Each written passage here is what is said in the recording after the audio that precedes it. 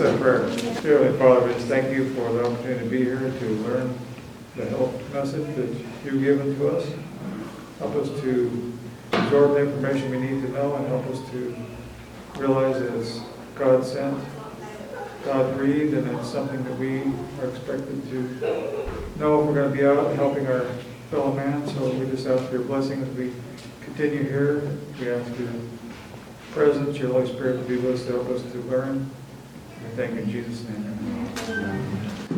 How many people tried their conference last week? Anybody tried that conference? Have we tried it yet? Nobody's sick, right? We're all healthy, we're all eating right, doing everything right. So anyway, we'll get started. Okay, well, it's so good to see all of you here tonight. Let's go ahead and pray once again. Father in heaven, we thank you, Lord, for each person here and each family represented here. You are so good to us. And Lord, as we spend a little time learning or reviewing some of the things that we know, I pray, Lord, that you speak to each person here individually. Thank you for everything you do for us. In Jesus' name, amen. Okay, the part that I'm going to share with you is actually not in your book. Okay, so this is just a little bit extra. Last week, we talked about the immune system. And we talked about food and how it relates to the immune system. We talked about how the immune system works.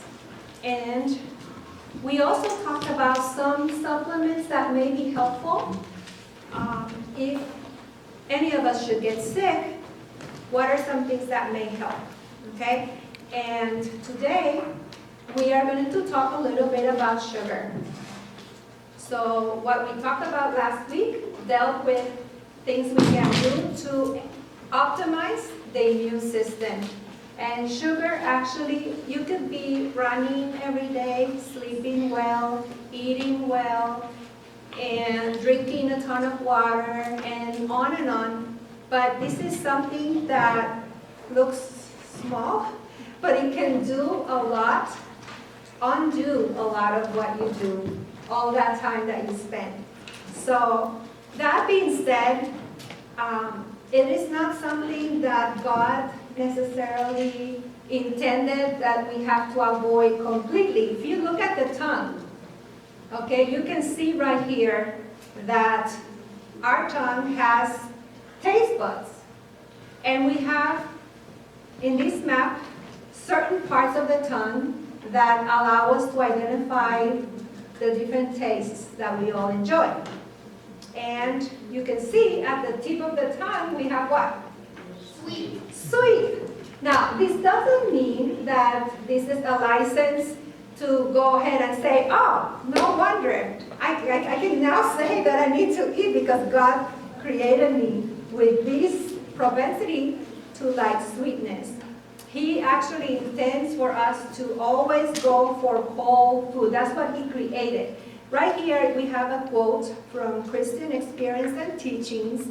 And I love this quote. And I saw a table of pure silver. It was many miles in length, yet our eyes could extend over it. I saw the fruit of the tree of life. How many of you are looking forward to that day when we will finally be able to taste that fruit? The manna, right? Me too. Almonds, figs, pomegranates, grapes, and many other kinds of fruits. And so that means what? We should eat them all. That we can eat them all, and that in heaven we're going to enjoy these things that Jesus created for us. He is so good. One of the things when I look at grapes, I think of when Jesus said that He will not drink grape juice again until we join Him in heaven.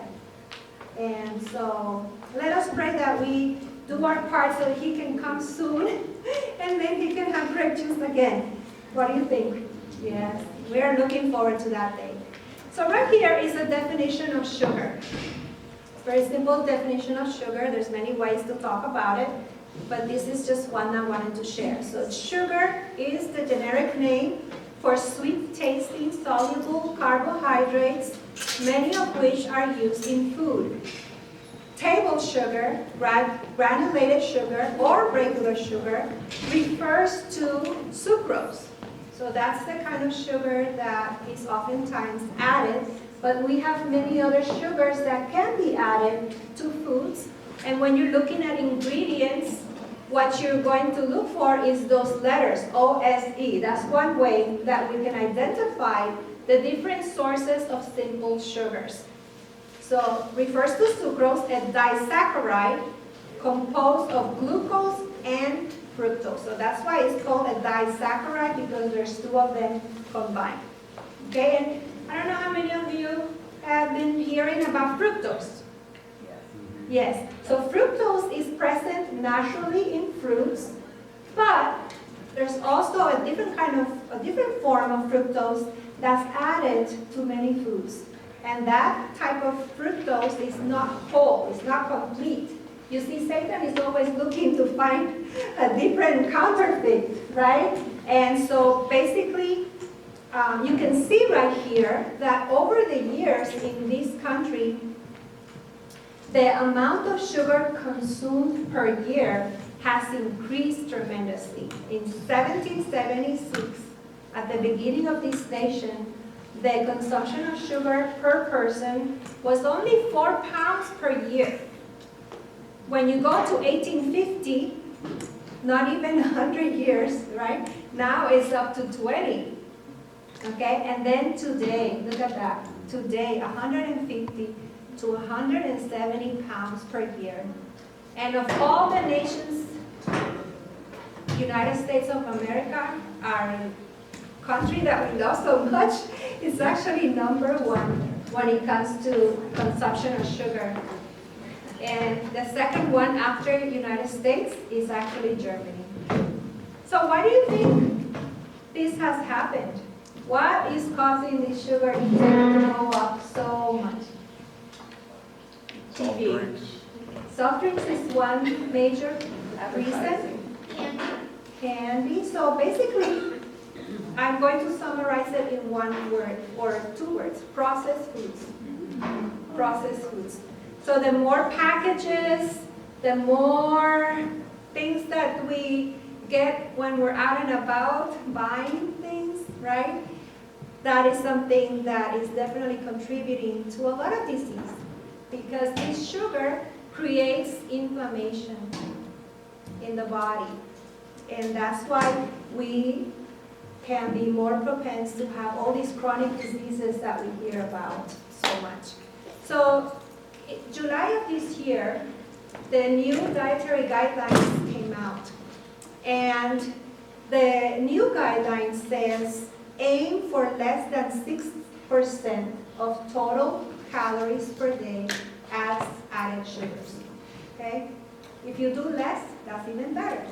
That doesn't mean you have to make sure that you get the 6%. Okay? So what does that mean? If I have a 2,000 calorie diet a day, this will translate to roughly about 7 teaspoons per day. How much is a teaspoon? So a teaspoon, when you're looking at grams, is a teaspoon is 4 grams. So when you're looking at labels and you see the word sucrose, that's table sugar, sucrose and other related sugars, that you want to divide that number by 4. And this gives you a very good visual of how many teaspoons of sugar are present in that food. Okay? So many times, I don't know if you've seen before these illustrations where they actually take sugar cubes to tell you how many sugar cubes in one item. For example, a 12-ounce can of soda, or you call it pop over here, is about 10 teaspoons. Or maybe Pepsi. Pepsi is one example. Yeah. You're such a good helper. Now, the American Heart Association has their own guideline, And you can see right there, so they're saying anywhere from 6 to 9 teaspoons, because 6 will be more appropriate for those that are in lower caloric levels, like most females, and then 9 teaspoons for the people that need to eat more. 1 can of soda has 39 grams, so again, that's where we come up with about 10 teaspoons. The World Health Organization, or WHO we call it for short, says less than 10%. So the newest guideline is the one that I shared first. So I just have this information because I pulled from different sites. So how does sugar affect immunity? Let's talk about that a little bit. We already learned last week that during winter time, what is something that happens that makes our immunity go down? We get cold. We get colds, but why? Stay inside. Huh? We stay inside too much. We stay inside too much, so as a result, we're not being exposed to the sunlight, and our vitamin D levels go down. So that's already a strike against us that makes us more prone to have problems with colds and so on, right? Plus we close our windows so less fresh air. Huh? Plus we close our windows so less fresh air. Yeah, that's another one. Very good.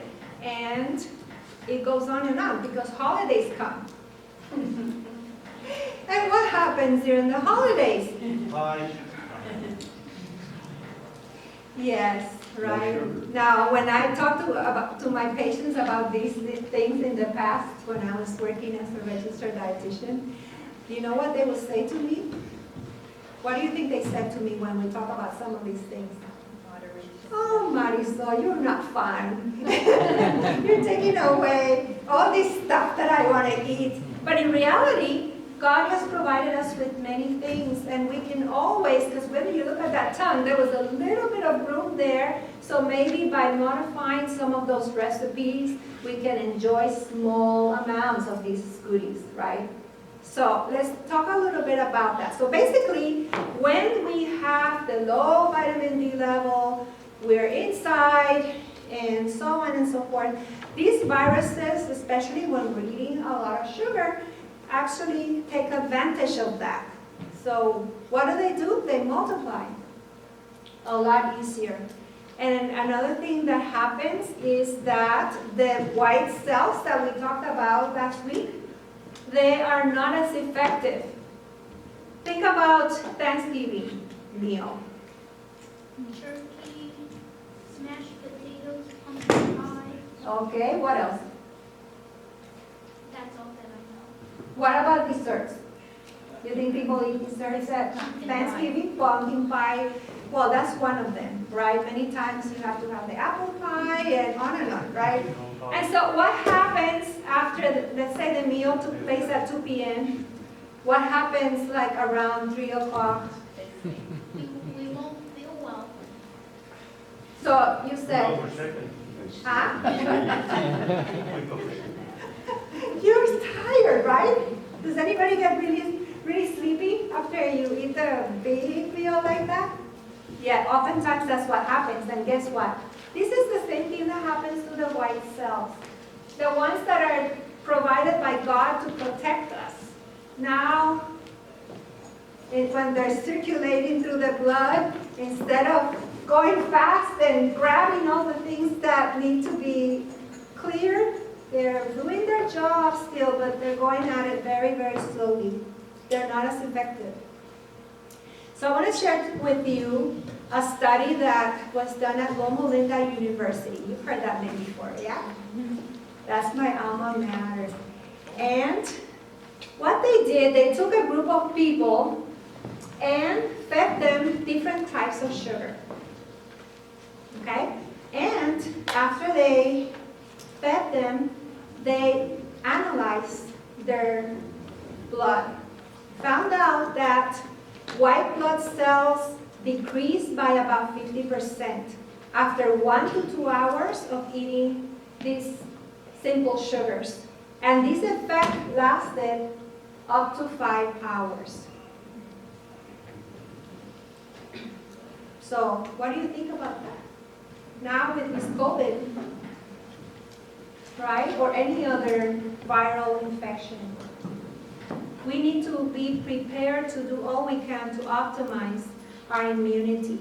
Another thing that sugar does is that it alters the microbiome in the gut. So in your digestive tract, you have bad bacteria, but we have good bacteria. And when we eat too much sugar, that also affects how these good bacteria protect our body. Does that make sense? Yeah. So how can we reduce sugar intake? Drink lots of water, Lots of water instead of soda or Pepsi. sodas or anything else that's sweetened. Very good. Also, maybe substitute desserts with maybe a piece of fruit.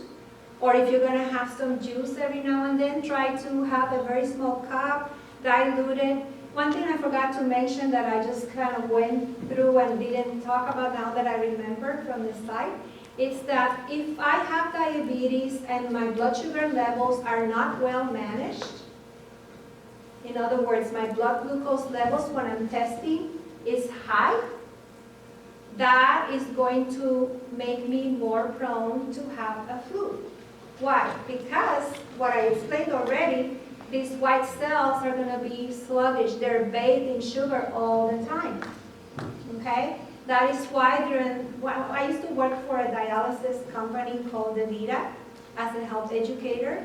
And I'm not saying I necessarily agree that everybody has to have flu shots, but that's what they require for the patients, because many of our patients have diabetes.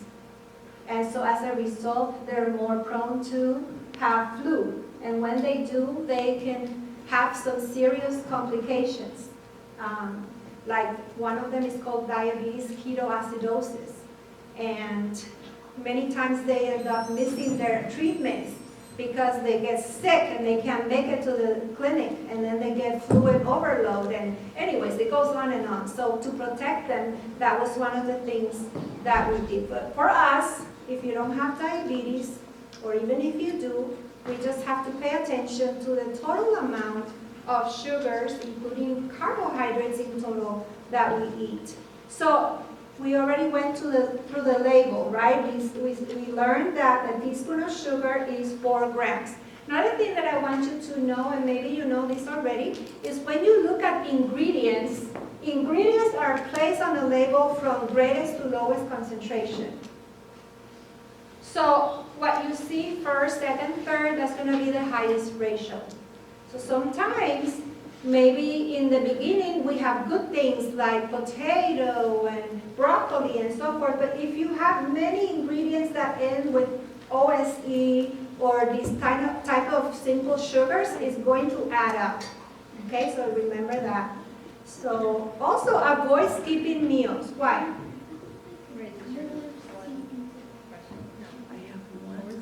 If we skip meal, what happens is too many hours go by, then when it's time to eat, what do you think is going to happen? Overeating, but also another thing that can happen is you're so low energy that you want to grab things that are going to help you feel better right away, and that usually is going to be sugar. That's why when a person is having a low blood sugar, we give at the hospital some type of juice, right? So avoid processed foods. Okay, 80% of processed foods contain sugars, added sugars, and fats and so forth. So eating at home a little bit more often. Modifying your recipes so you can reduce the amount of fat and sugar. Experiment. Don't be afraid to change the recipes. We get ideas from these recipes, but they oftentimes can be modified. Also, pay attention to the breakfast cereals that you're eating. Many of them have tons of added sugar, added sodium as well. Including Fruit Loops. Yeah, that's one of the major ones. Yes. And we talked about the modifying the recipe. So one way that you can still retain flavor, because just because you are trying to eat healthier doesn't mean that your food has to be blah, tasteless, and so on, right? We have so many ways to enhance flavor by adding things like herbs and spices, extracts, and also fruit to sweeten naturally. I love fruit. What? I said I love fruit. Very good, very good. Now, so a lot of times people ask me, what about sugar substitutes? So most of the sugar substitutes I recommend to avoid if possible, but one that I feel 100% confident to say it's okay is stevia. Okay, stevia is 100% natural. It comes from a plant. Okay, so that is one. And some people also can incorporate one sugar alcohol called xylitol. So every time you see these ingredients that end with OL, that's going to be a sugar alcohol. Now, you have to be cautious with the amount of sugar alcohols that you're using. So this is actually extracted from corn or birchwood, so it's not alcoholic. It's not going to give anything like that. But basically, it's only 2.4 calories per gram. But you have to be careful not to eat too much of it, because with the sugar alcohols, if you take too much, it can give you diarrhea. Okay? So the last thing you want to do is feed your guests some kind of dessert with lots of xylitol, and they're going to say, I'm never going there again, to that house. So there's some other choices, like coconut sugar. This one hasn't been studied that extensively, but it's not the greatest one, but there's also monk fruit. That's another one that we're not so sure about that. What about maple syrup? Maple syrup works really well with, for example, oatmeal, and it also has micronutrients. So the difference there is that it provides nutrition. It has some nutrients that we can actually benefit from, okay? I used to have maple syrup with my pancakes. Yes, that's a lot better than Aunt Jemima, right? Yeah. Yes, and it tastes better too, okay? Also, when we're looking at other, even salad dressings, bottled salad dressings, and many other types of marinades and so forth, so dates is something else that could be used many times when you're looking at your recipes, bananas, and so definitely avoid the high fructose corn syrup. Okay, most of the time these corn syrups are made from the genetically modified corn, which that's another subject that we could talk about for a while, but today we don't have time. Also, agave is another one that is really not the greatest. Let's say if you're making a smoothie, agave maybe could be used in tiny amounts if you wanted to add a little extra, but just remember, it's going to increase your blood sugars, and with all the fruit, maybe you don't need extra. The typical holiday dinner contains about 7,000 calories and 105 grams of sugar. Now, who likes to do math? 105 divided by 4? We all look at the young people. We like math. We're in school. How many teaspoons? 105 divided by 4? 26. In the 20 range, yeah. Okay, we'll leave it at that. So that's a lot. Can you imagine opening the sugar bowl and eating 20 teaspoons of sugar? Ooh. That's a lot. And 1/8 of a pumpkin, look at that, 30 grams. I wouldn't like to eat that much of sweets. Good for you, but many times, I don't know, you see all these things and you start wondering, oh, I wonder how that one tastes and how this one tastes and so forth. So instead of deciding that you have to taste all of them, be more selective and say, okay, let me see what's in here, and then maybe pick only one or share with your spouse or your child. Okay, the last thing I want to touch on really quickly is something called seasonal affective disorder, or they also call it SAD. So during the winter time, because of what we talked about earlier, the vitamin D level going low, and we're not getting enough sunlight, we can get a little bit more depressed. okay? And when that happens, oftentimes, we, people tend to turn towards things that make them feel better, right? And one of those things, unfortunately, is sugar. Why? Because when we eat the sugar, the tryptophan levels go up and then we feel better, but only for a little bit. Because when these blood sugars go up, then the body, the pancreas says, uh-oh, starts making a lot of insulin, and then the blood sugar goes down. So we kind of go into this roller coaster. So there's something to remember that we need to, the best way is when we go shopping, try to avoid going to the grocery store when you're hungry, right? Because you're going to buy all the things that you didn't really need. And plan your meals, those things can help. Now, by ourselves, we are weak, yeah? We are weak and we sometimes feel overwhelmed. Oh my goodness, I have to change this and this and this and this. And sometimes we give up, huh? I know why we're weak, because we don't exercise. Yeah, weakness, exercising, very important. That's a good topic that maybe someone else can talk about another time. But we have God who is our strength. So our own strength is weakness. But that which God gives is mighty and will make everyone who obtains it more than conqueror. Amen. So that's my prayer for all of us. Because we all have areas in our life that we could do better. None of us are saints. We are all trying to do better. And so let's pray for each other and let's ask God to give us the strength, because He's the source of strength. So thank you so much.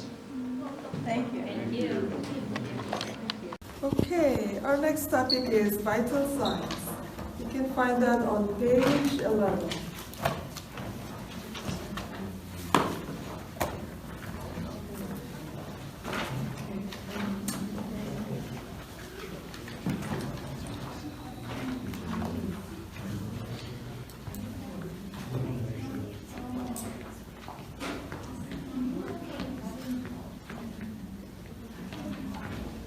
Okay, so what's vital signs? Vita means life. Signs mean what you see, right? Signs of life.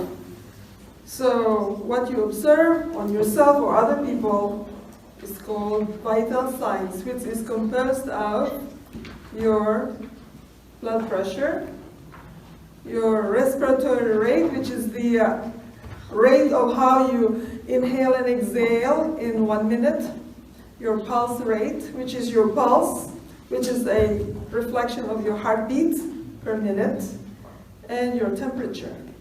I would like to also include the level of your consciousness. If the patient is alert, or attended, or awake, or does he know where he is, does he know his name, where he is, what's the date, who's the president, all that. Okay, there is a normal signs of life and an abnormal signs of life. So for example, your normal blood pressure is range from 90/60 to 120/80. Below and above that is abnormal. So when do you have low blood pressure? Most common cause of low blood pressure is dehydration. So, common treatment, water. Another cause of low blood pressure is septic shock, right? The person could be so septic, is so sick that you could hardly feel the pulse. So where do you feel your pulse? Here on your wrist is the easiest to feel your pulse. Okay, your neck, next to your windpipe is your trachea, right here, is also, when you cannot feel your wrist, you can easily feel your neck, your carotid artery. But you cannot press both because you might occlude the blood flow to your head and you will faint, right? Where else can you feel it? Here, your brachial artery. This is where you measure your blood pressure. All right? So, high blood pressure. Above 120/80 is high blood pressure.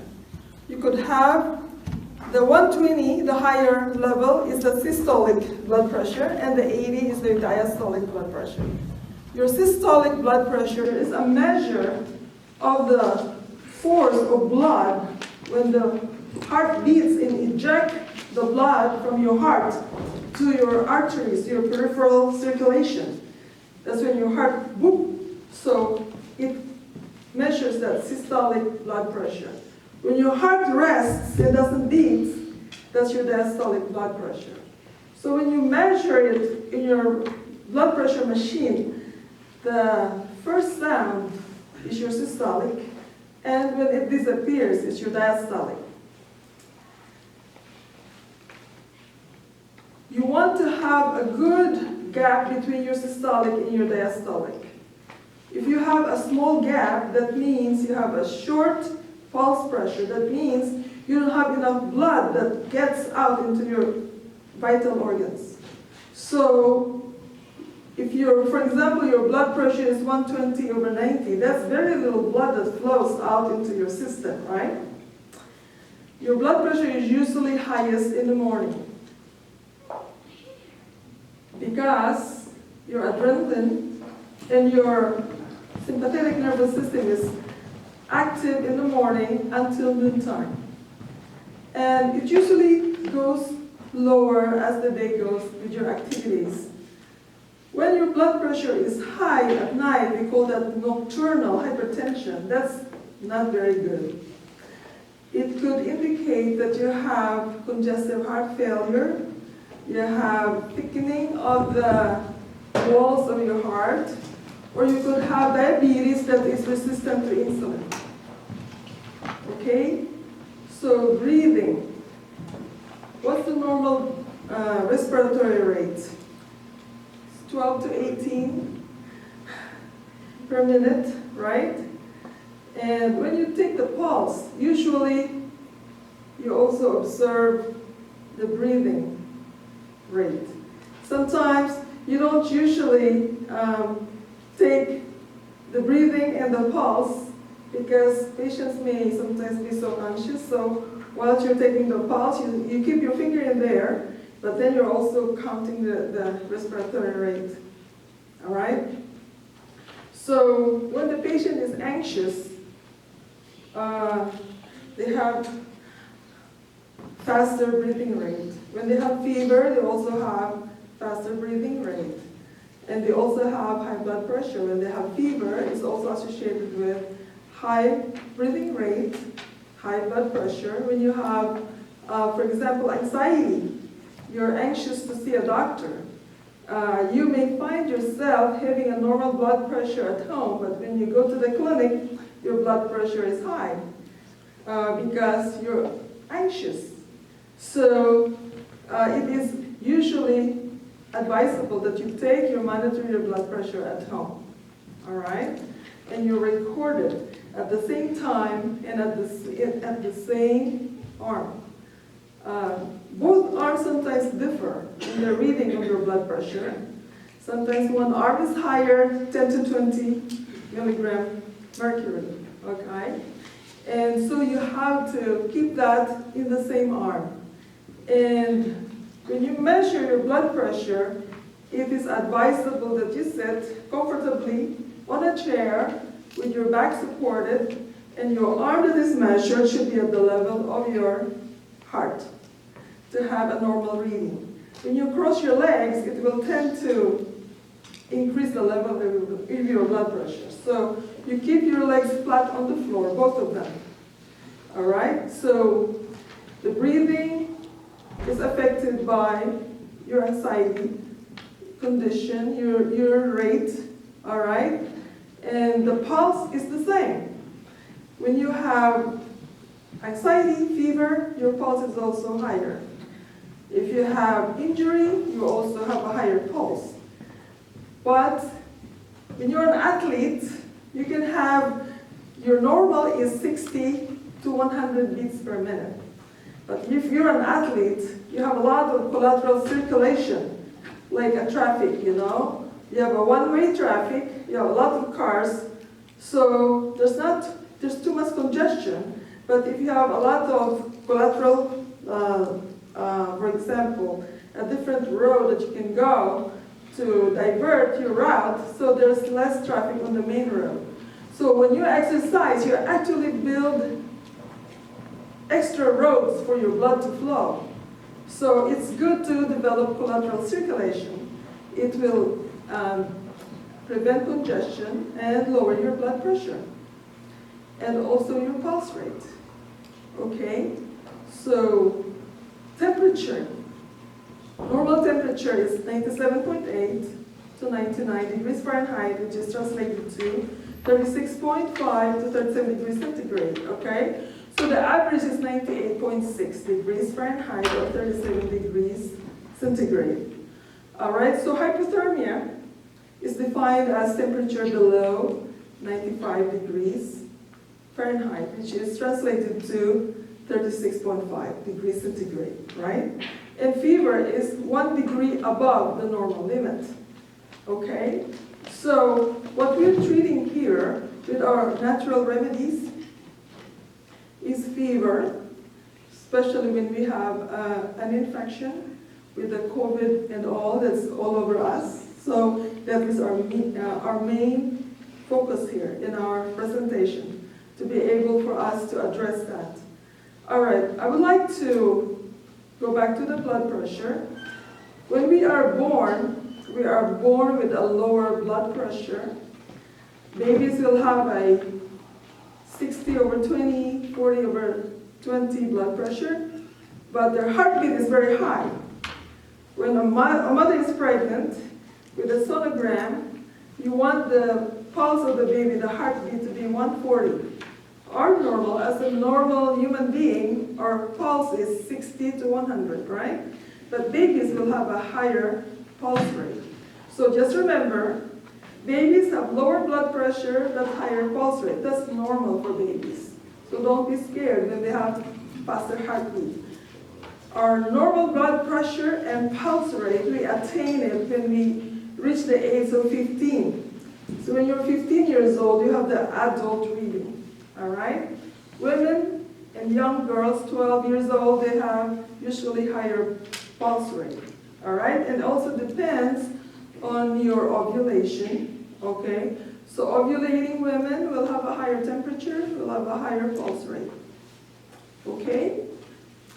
All right. So when you take your blood pressure, it is advisable that you don't eat anything, drink coffee, smoke, or take any decongestants. You know why? Because it will increase the reading. All right? You have to be resting at least 5 minutes. So sit down, relax. Don't sit on a sofa because it will alter the reading. Sit on a normal chair. The sofa will tend to divert the circulation into another level. So you want to be seated comfortably, okay? So the decongestants, which usually contains pseudoephedrine or ephedrine, they increase the blood pressure level, all right? So you cannot move, you cannot talk, all right? So when you're nervous or upset, of course, it will alter the reading. What is the most common medication that is prescribed in the United States? Anti-anxiety. People are anxious, people are afraid. And I don't know. yes, Medication? the most common medication, number one medication is anti-anxiety drugs. Oh, okay. So we are here because we are people who are not afraid. We have people who have, what is the opposite of anxiety? Trust, right? So if you trust, we are not afraid. So it is good to have faith in our Lord. Okay, so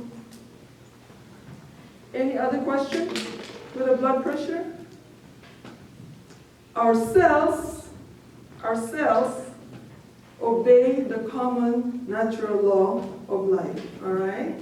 So our cell is the origin, where respiration starts. The oxygen and carbon dioxide exchange starts in the cell, not in our lungs. When we eat sugar, for example, our cell utilizes sugar. So it breaks down into the energy called ATP, and the end product is carbon dioxide. And then the oxygen, we utilize the oxygen that is supplied to our blood, right? So when the blood leaves the heart, it has oxygen carried by our blood.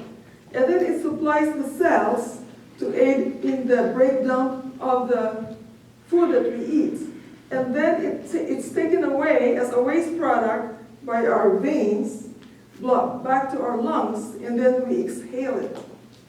Okay, so even for example, if we tell a lie, you know what happens? What happens?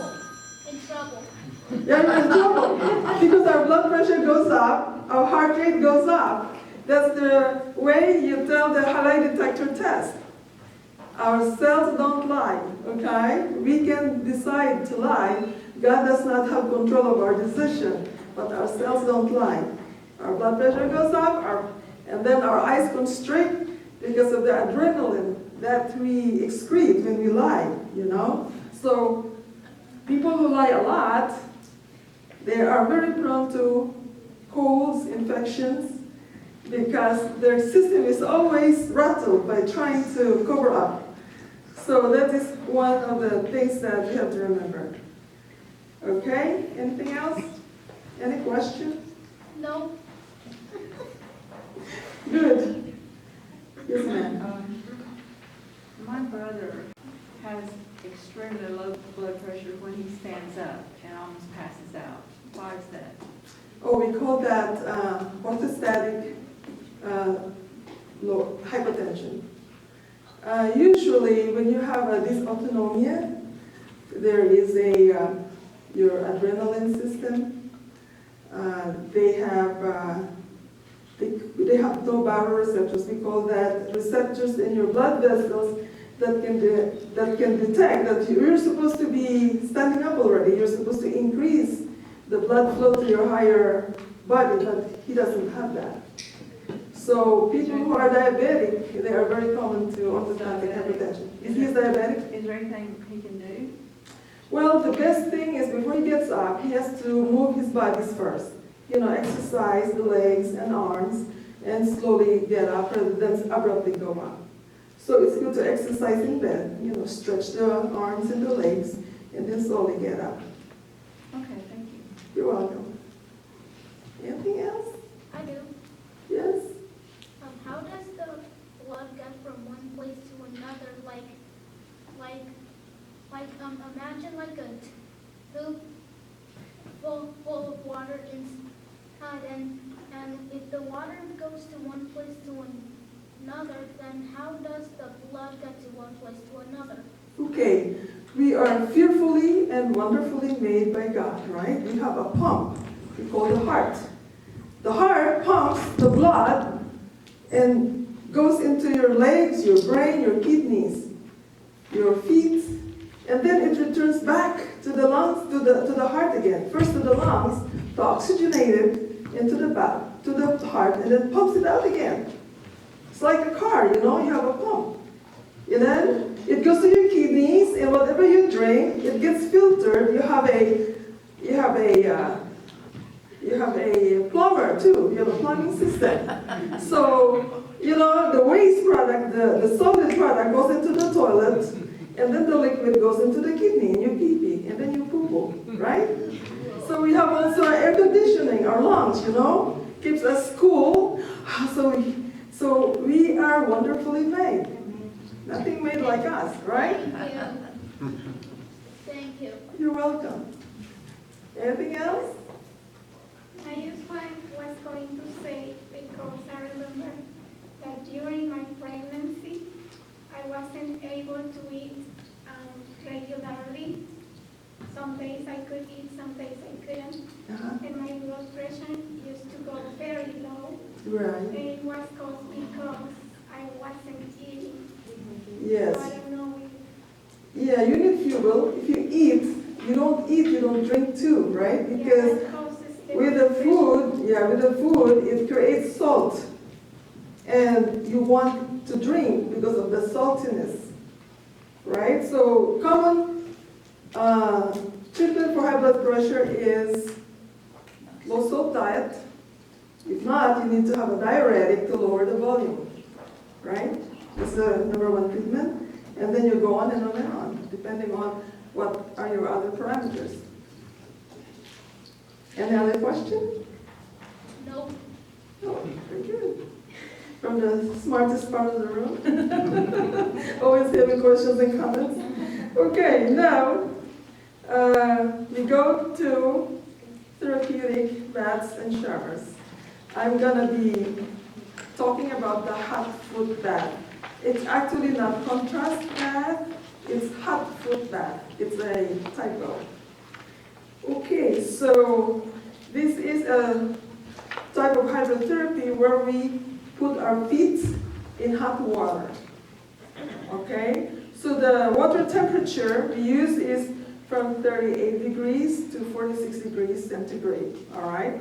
So it's equivalent to 100 degrees to 115 degrees Fahrenheit, okay?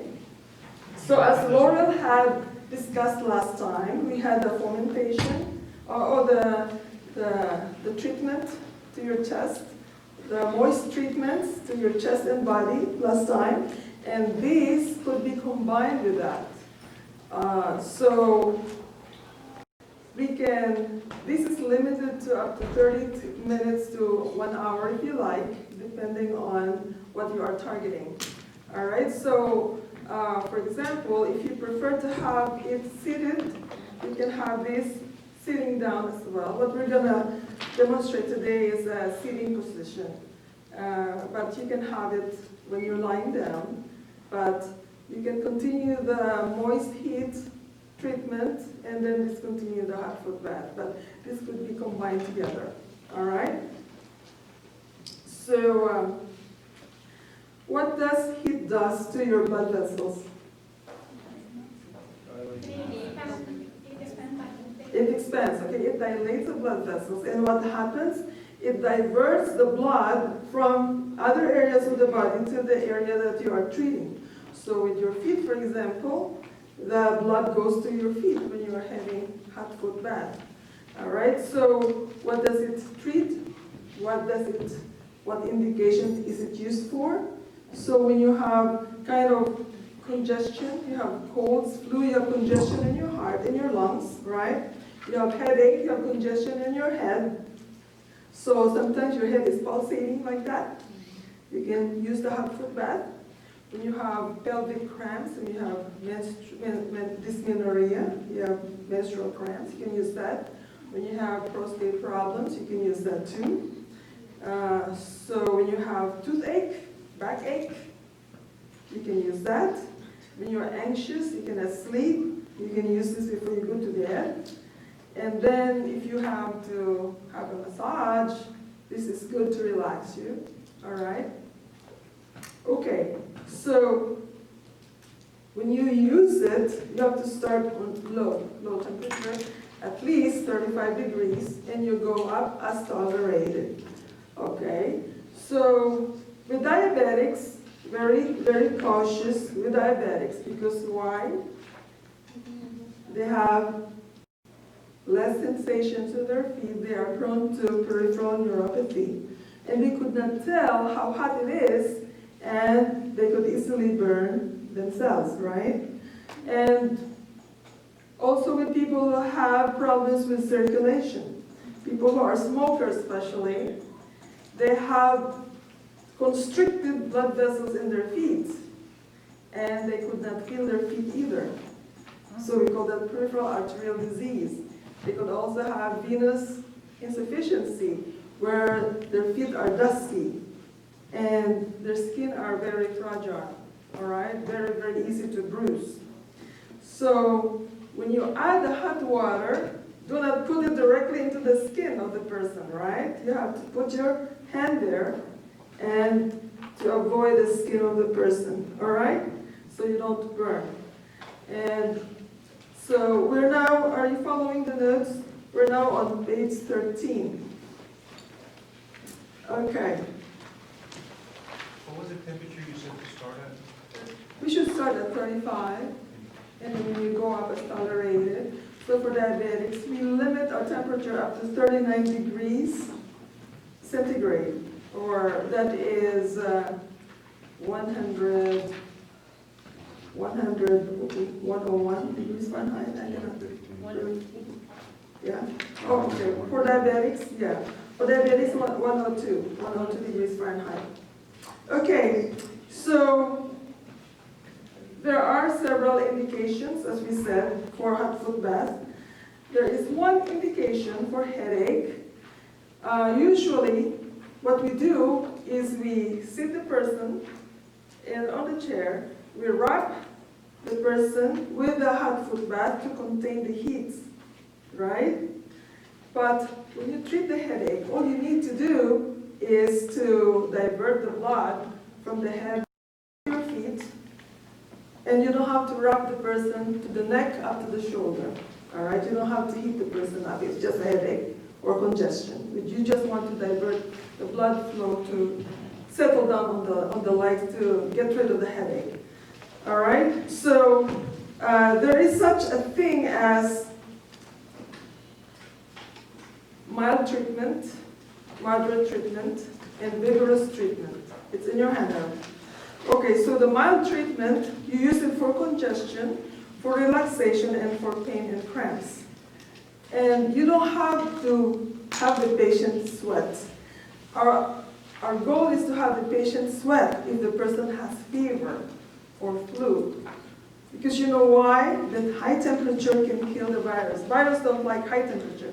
That's why the body builds up fever. Fever is not bad, okay? The body builds up fever to kill the virus.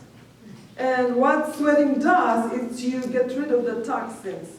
You get rid of all the, and then it's the same way as breathing, you know? Our skin is an organ of respiration.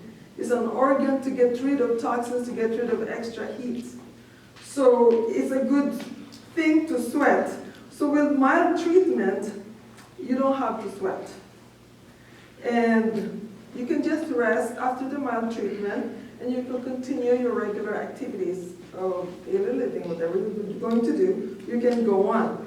With the moderate treatment, which is you have to be able to sweat. So what you do is that you do this treatment, and then you wait for the person to sweat. But some people don't sweat, no matter how long you put this on the hot foot, but they don't sweat.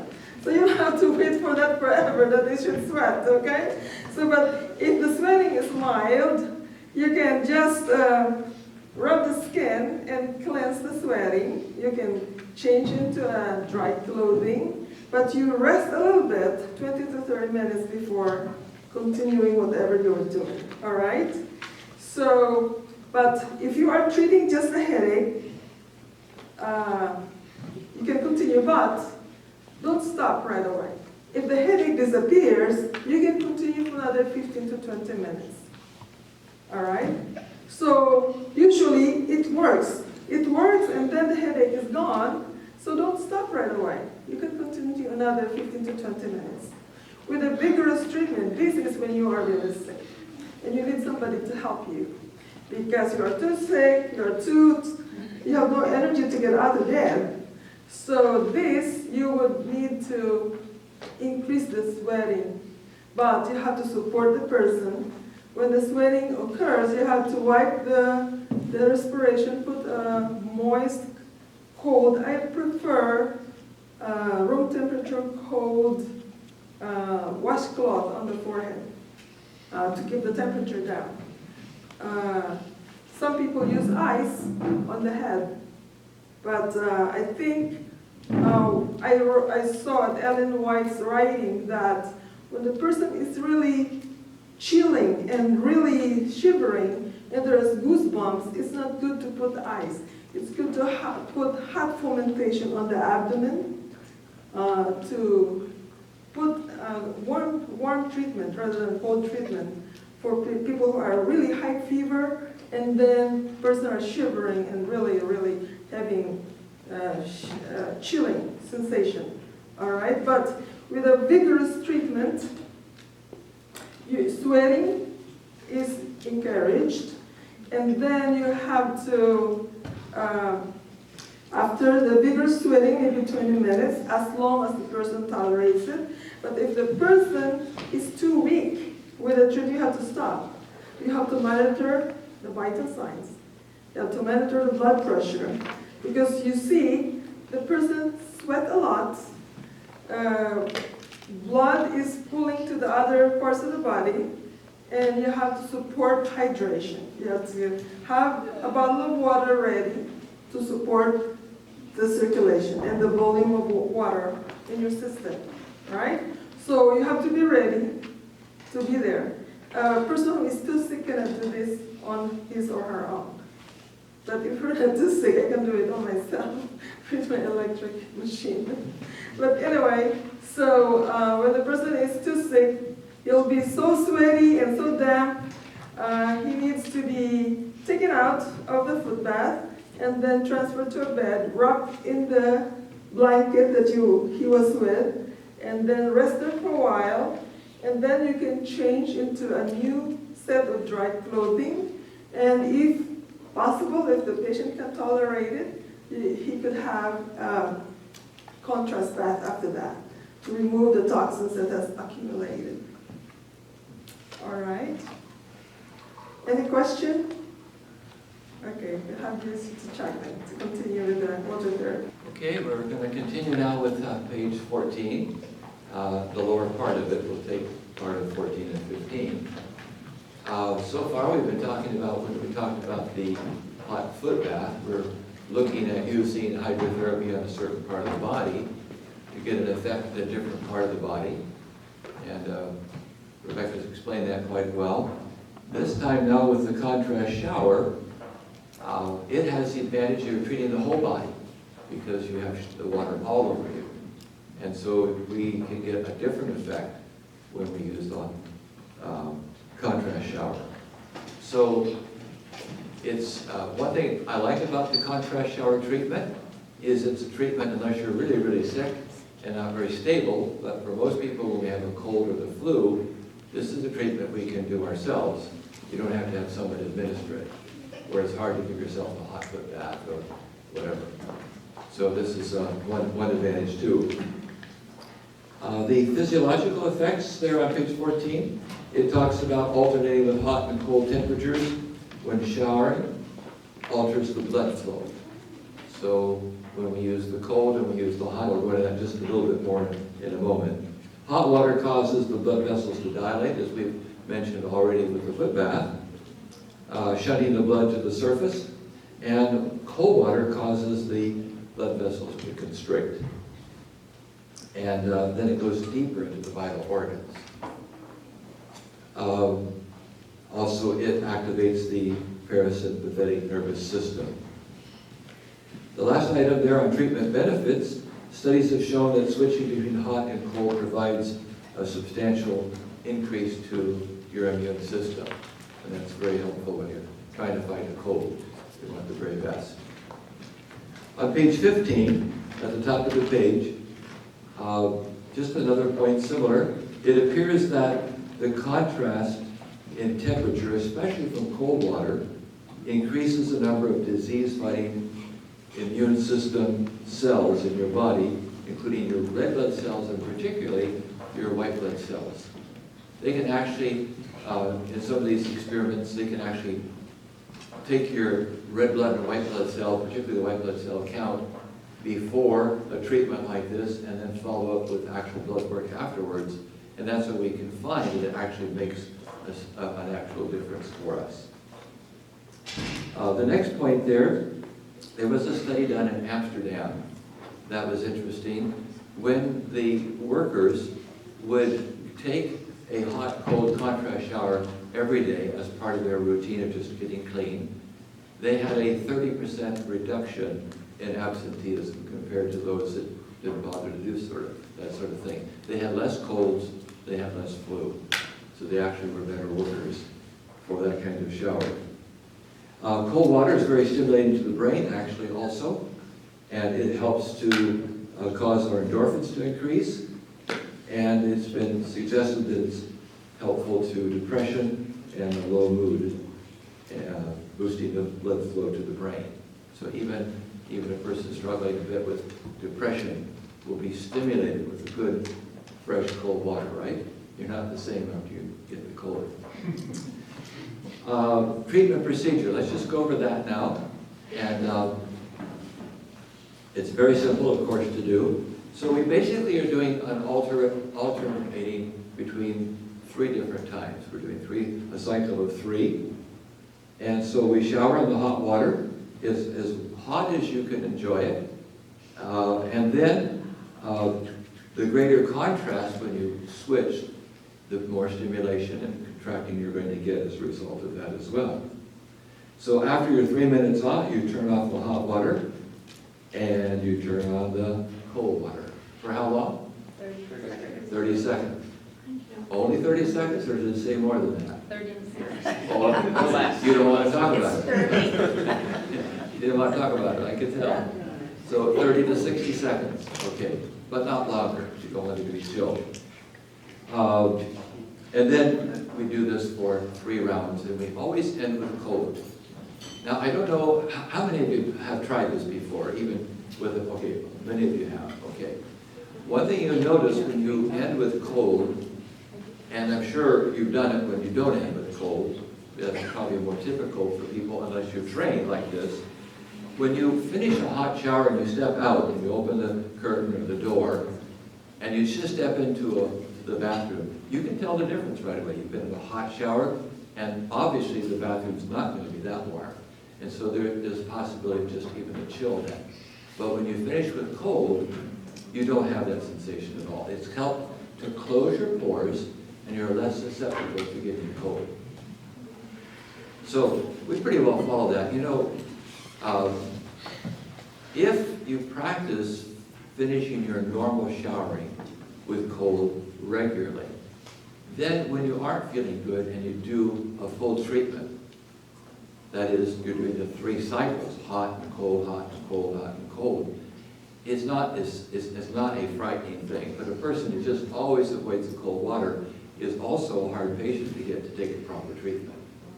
So it's really good to be in the habit of doing that. Now, I noticed today I was working outside, and I decided, a lot of times I get my shower in the morning, but I decided to wait until midday so I could do some yard work, and then I wanted to get a shower. So I did the nice hot shower, I washed up, and then I finished with cold. What do you notice at this particular time if you did that? The cold is colder. The winter's coming, isn't it? And I noticed the same thing yesterday too, when it was colder. But it's fine. So when I'm doing the hot shower, and then I'm going to finish, then this is how I like to do it. If it helps you, fine. There's not a magic part. This isn't a treatment, but just on a regular basis. When I'm taking a shower, and I'm finished, I'm rinsed off, I'm just going to get the cold part now, then I like to just face it right away, and I turn the hot off and turn the cold way up full. And just let it come right on my face at first. I kind of duck my head down to let it splash a little bit down my back, and then I go back and finish. It just tells my back, get ready, because I'm coming there in a minute. And then I just finish letting it wash over the front of me, and then I just do a slow turnaround so that I can get my at least 30 seconds, and up to a minute. Okay? It's not a big deal with the timing on that, between the 30 seconds or a minute. But give yourself that contrast. You have just helped yourself, 1, to not chill, 2, to be better prepared for not getting sick, and you've had a real boost even mentally while you've done that. So it's a really very practical treatment for colds, flus, or for prevention. All right, any questions about doing that? How do Yes. you deal with the excessive noise that comes out of the shower when you turn the cold on? How do you put the notes? Wear 2 masks. Little muffler. Maybe those are joyful signs. I have done that for many, many years, and I have found that if I do the really hot and the cold in a cycle of 3, when I get out of the shower, I actually feel warm. Sure you do, yeah. You do. You won't feel chilled and you do feel warm, and then you can dry out. Now, when you do the treatment, when you're doing it as a treatment, by the way, I would mention it's not in our bulleted points on ending the treatment with cold, but after that, you could add a note in your book after ending with cold water. If you want to add another point, one thing very important when you're doing treatments is that the rest cycle of it as well. So when you finish the treatment and you're not well and you're taking the treatment because you're sick, you need to plan in such a way you just don't go back to do cooking or cleaning the house or whatever and hoping the treatment's done and you're just hoping it'll help you. You really need to rest 30 minutes to an hour, just relax. You can relax. I mean, you are comfortable, you've been nice and warm, you've had the circulation, and it usually helps right away to feel a little better, but just take some rest time as well. That's all part of the healing cycle, okay? Someone else?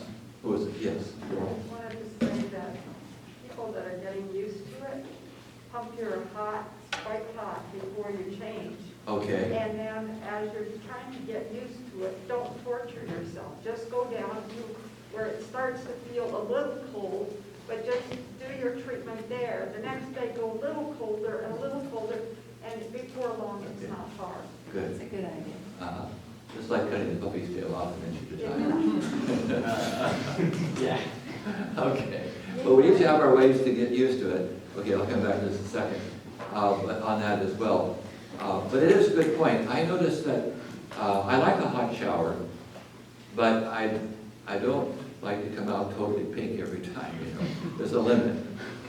But here's what I do, and I find it helps a lot. So I have it pretty warm for my bathing part of it. But when I know I'm going to be ready to finish, then I go ahead and turn off a little bit more of the cold and take it a little extra hot and just enjoy that for a moment. And then when the contrast comes, it actually feels really good. I mean, I'm kind of cooking for a minute, probably 30 seconds, and then I'm saying, I'm ready for the cold. And it really feels good. Okay? Believe me, it really feels good. No screaming necessary. Yes, okay. I heard you say it just goes lightly over your head. So when I've done mine, I have it. I don't let it get on top of my head because I wasn't sure about that. So is it? You don't want the hot on your head too, do you? Or you mean for a treatment or? Yeah, the treatment. Oh, okay. I was talking about just the normal shower. Okay. And the normal shower. Yeah, it goes for both. There should be no problem. I mean, if it gets, you're just wondering if you're going to make it will add to your sickness if you get your head wet. Is that what you're thinking? Yeah. No. Pardon? You will lose your hair. You lose your hair. No, Okay. no, I was thinking like I guess my thinking was the head shouldn't be super cold. So when I'm doing the contrast, I just go from face down. Well, remember, a lot of times when we give treatments, the hot foot bath or the Russian steam bath, we want to keep the head cold. So I mean, it's not a problem. When you Hot on the head. when you put the hot on the head, 9/10 of all the time you're in the shower doing your treatment, you're not really pouring. You're not standing under the hot water with your head. No, I'm spinning. You're getting on your back and shoulders and so forth. Yeah. But I was just saying that when I'm trying to get my body ready for the cold on just a regular shower, I just enjoy it that way. But you can skip that part if you want. But as far as adding to sickness, it shouldn't add to that because your whole body's been treated. Your body's warm now, and so that few seconds of cold on the head while it also passes to the body shouldn't be a problem. Okay? Okay, yes. When I was working for home health and hospice and seeing patients, and I felt like I was coming down with something in the morning, I did the hot and cold 3 times, and I went to work, and I came home, and I did it again 3 times, and I did it the next morning, and for the rest of the day, I was feeling great. So So I think I nipped it in the bud Sure, that's good. for starting with that first treatment and then continuing until I felt better. Okay, very good. All right, I think we're ready to go down to our practice I side. forgot to tell them the different kinds of blood pressure machines. Oh, okay. We're running short of time too. So there are two types of blood pressure machines. This one is the manual one, where you have to pump, increase the pressure around the arm, and you have to read. There's a reading but you have to have a stethoscope to listen to the systolic and the diastolic. And we have the digital one, and everything is in here. The systolic and diastolic, you don't have to listen to it. The machine already has it. And it also includes the pulse rate. So this is $16, this is $40. So it's a difference in price. And because of the COVID, we use the pulse pressure, the pulse ox to determine your oxygen saturation. So COVID patients, they drop their oxygen level. Usually when they become lower as 88, 85, then they need oxygen supplementation. So the normal pulse ox is 95 to 100% oxygen. So below 95. I was gonna say, many years ago when I worked on the ambulance, we went for 98, 99, 100, and anything below that was no good, so I was, okay. Yeah, so now it's 95 to 100. And below that is hypoxemia, but most COVID patients, when they go to 80 something, then they need oxygen. All right, okay. All right, so we're going to switch now to our practice part, and we're going to divide them into 4 groups.